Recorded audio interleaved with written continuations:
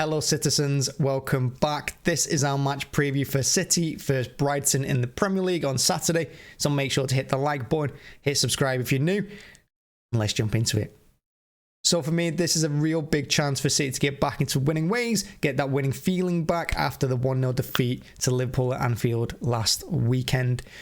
And Brighton, if you look at Brighton, like I said, this is a real good chance for us. They've not scored in the last 3 games. They've lost 2, drew 1. So I really wouldn't expect them to put up too much of a threat. They've got a new manager. He's still trying to work out the best team, formation and all that. They're trying to get used to things. So this is a real good chance for us to put points on the board. And I expect us to do that no matter what team Pep goes with. That being said, I mean, there's no way getting around it. We have to talk about last weekend. And I think Pep played himself. I think, like we've seen in the Champions League over the last few seasons, Pep always seems to be the one that beats Pep. You know, he overthinks things. He worries too much about the opposition. He tries to switch things up, tries to be a little bit clever, do something we've not done before, and we get punished for it. And that's exactly what happened last week at Liverpool. I think if he hadn't changed the winning formula for us, there'd been in previous weeks, like against United, you know, hadn't tried switching the team around, put players in different positions, I think we would have come out of that game with a point, maybe even 3. So going into this game, Pep's going to revert back. I'm pretty sure he is. He's not going to stay with the same formation and same team that he went with last weekend against Liverpool. And that means no De Bruyne on the right wing. Thank Lord. I don't know what made him do it. You know, and we're talking about De Bruyne here, who's got more assists in the Premier League than he did in the whole of last season already this year. And then he puts him on the right wing for whatever reason. I do not know. So yeah, this game, you know, the back 4, it doesn't really concern me too much. I wasn't expecting to leave Cancelo out. Cancelo, for me, yeah, he made a massive mistake last week, but we knew that was coming. We said in the match preview, you know, all the way through the watch long before the goal, we said Liverpool, long ball, counter-attack, one chance, they will score. They do it to us every single season. And the only surprising thing is that he left Cancelo back there on his own.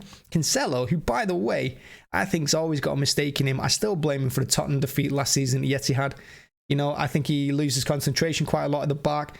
I think his decision-making when defending is pretty poor.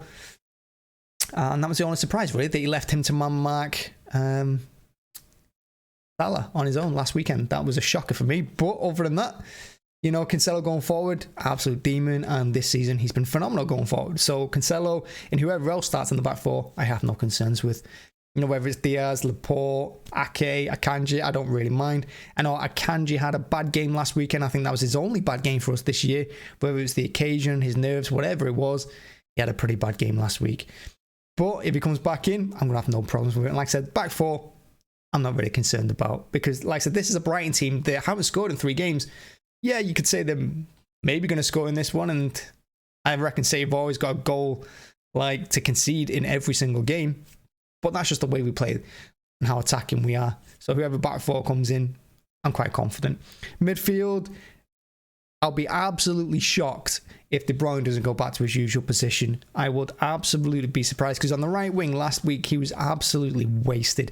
The few times he did get the ball, he put in some incredible crosses and he played really well, but he just never got the service. He never got the chance because every attack went down the left-hand side. You know, and he's too busy worrying about tracking back and things like that. But for me, De Bruyne has to go back into his usual position. Now, usually I would say Bernardo as well alongside him because I love Bernardo. Who doesn't? Bernardo's absolutely phenomenal in that midfield role. And last week against Liverpool in the first half, probably throughout the whole game, I think he was the best player on the pitch. He was absolutely incredible last week, Bernardo. But if Pep decides to play Gundogan in this game, I'd say that Gundogan is best suited in this kind of game at home against a team that can't score than he was last week against Liverpool when he played him. So if he's going to play him against Liverpool last week, surely he has to play him against Brighton this week. So if that's Gundogan and De Bruyne in midfield with Rodri behind them, you know, we've had worse 11s. Front 3, look, Foden has to play every single game for me. I think he's the most dangerous wide player we've got at the moment. Obviously, Haaland ahead of him. You know, he didn't score last week against Liverpool. He only had a few chances, and they're all half chances. But I think he did really well with them. And I think anyone else, if it wasn't Alisson, I think he might have got a goal or 2. And it's just whoever plays alongside them, whether it's going to be Bernardo, whether it's going to be Grealish, Maghrez. You know, you never really know with Pep. And I was surprised, like I said, playing De Bruyne last week on the right-hand side was absolutely travesty. You know, he could have brought in Grealish, moved Foden to the right. You know, because that was what worked for us against United. But like I said, Pep likes to change a winning formation and beat himself. But yeah, it doesn't really matter. Front three, midfield three, they're interchangeable, I think. And I expect us to have most of the ball, most possession, and create the most chances. And you got to think, I can't imagine we're not going to score on Saturday against Brighton. I can't imagine we're not going to score or win. So, you know, toss up, isn't it, who you pick? And that's it, really. I mean, like I said, this week is... The summary of this match, really, or the preview, is that Pep's going to revert back to what was winning those games before the Liverpool game. You know, and like we've seen in the Champions League, I've said it before, we've seen it in the Champions League, Pep beats himself quite a lot of the time. He did it last week, and then this week he'll go back to normal, and it's really frustrating to see, because if he just kept the same 11, the same team that's working for you, the same team that goes and beats United, you know, goes put 6 past them, if he just plays the same players in their normal positions, I think we'd be unstoppable and we'd win everything. But maybe that's just me.